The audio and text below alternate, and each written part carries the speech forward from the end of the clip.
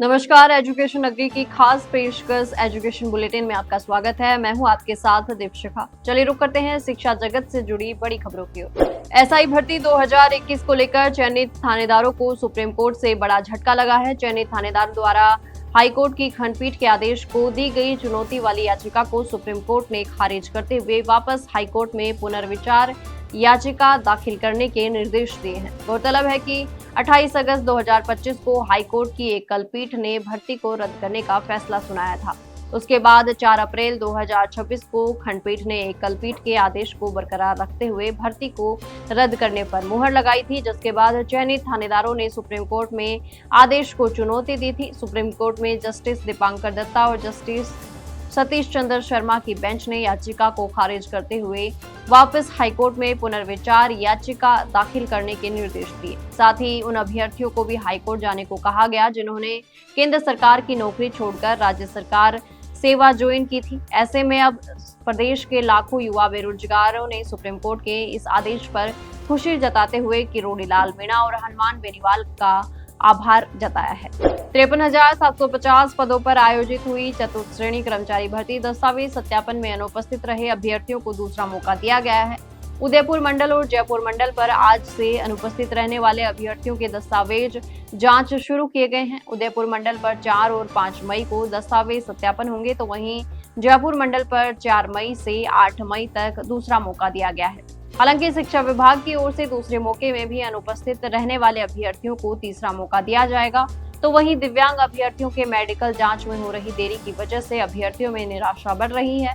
अभ्यर्थियों को डर सता रहा है कि प्रत्येक मंडल पर प्रतिदिन 10 से 12 अभ्यर्थियों की मेडिकल जांच हो रही है, जिसमें काफी समय लगेगा। तो वहीं मेडिकल जांच के बाद दिव्यांग अभ्यर्थियों के दस्तावेजों की फिर से जांच होगी। ऐसे में इस भर्ती के परिणाम में देरी होने से अभ्यर्थियों को खासी परेशानी का सामना करना पड़ सकता है। 2,756 पदों पर आयोजित हुई ड्राइवर भर्ती के अभ्यर्थी ड्राइविंग टेस्ट की मांग को लेकर इस समय दर-दर भटक रहे हैं। ड्राइविंग टेस्ट की मांग को लेकर बड़ी संख्या में भर्ती से जुड़े अभ्यर्थी आज फिर से जयपुर में एकत्रित हुए। पहले deputy CM doctor Premchand Bairwa के आवास पहुंचे, लेकिन मुलाकात नहीं हो पाई, जिसके बाद अभ्यर्थी डिप्टी सीएम दिया कुमारी के आवास अपनी पीड़ा बताने पहुंचे।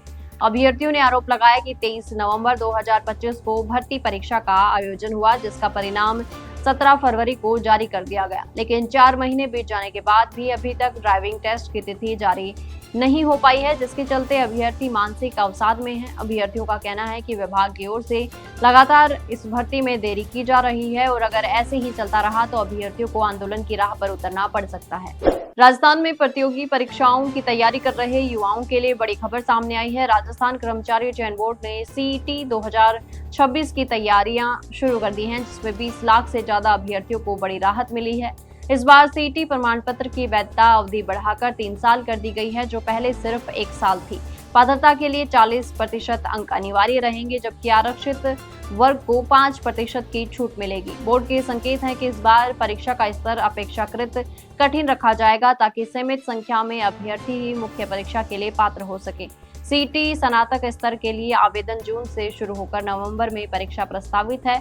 वहीं सीनियर सेकेंडरी स्तर के लिए आवेदन जुलाई में और परीक्षा दिसंबर में संभावित है। फिलहाल सीईटी की पात्रता नहीं होने से 23 भर्तियां प्रभावित हैं। इनमें पटवारी, ग्राम विकास अधिकारी, प्लाटून कमांडर सहित कई पद शामिल हैं। बोर्ड का लक्ष्य है कि इस बार केवल 3 से 4 लाख अभ्यर्थी ही पात्र हों, ताकि मुख्य परीक्षा एक ही पारी में करवाई जा सके। प्रदेश में भर्ती परीक्षाओं का सिलसिला तेज होने जा रहा है। राजस्थान लोक सेवा आयोग मई से जुलाई के बीच 9,737 पदों पर भर्ती परीक्षाएं आयोजित करेगा, जिसमें करीब 5 लाख अभ्यर्थी अपनी किस्मत आजमाएंगे। इन परीक्षाओं में प्राध्यापक, कृषि कोच और वरिष्ठ अध्यापक जैसी बड़ी भर्तियां शामिल हैं। भर्ती कैलेंडर के अनुसार इस साल कुल 12,143 पदों पर परीक्षाएं प्रस्तावित हैं, जिनमें से जनवरी से अप्रैल तक 2,430 पदों की परीक्षाएं पूरी हो चुकी हैं। अब मई से नवंबर तक 9,713 पदों की परीक्षाएं शेष हैं। मुख्य परीक्षाओं में 31 मई से 16 जून तक प्राध्यापक कृषि परीक्षा और 12 से 18 जुलाई तक वरिष्ठ अध्यापक भर्ती आयोजित होगी। इन परीक्षाओं के सफल संचालन के लिए 300 से अधिक परीक्षा केंद्र, 3,000 से ज्यादा पुलिसकर्मी, 1,000 वीडियोग्राफर और सैकड़ों वाहनों की जरूरत होगी।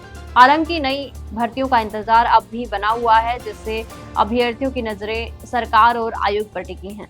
तो ये थी शिक्षा जगत से जुड़ी बड़ी खबरें। कल फिर आपके साथ रूबरू होंगे, तब तक के लिए नमस्कार।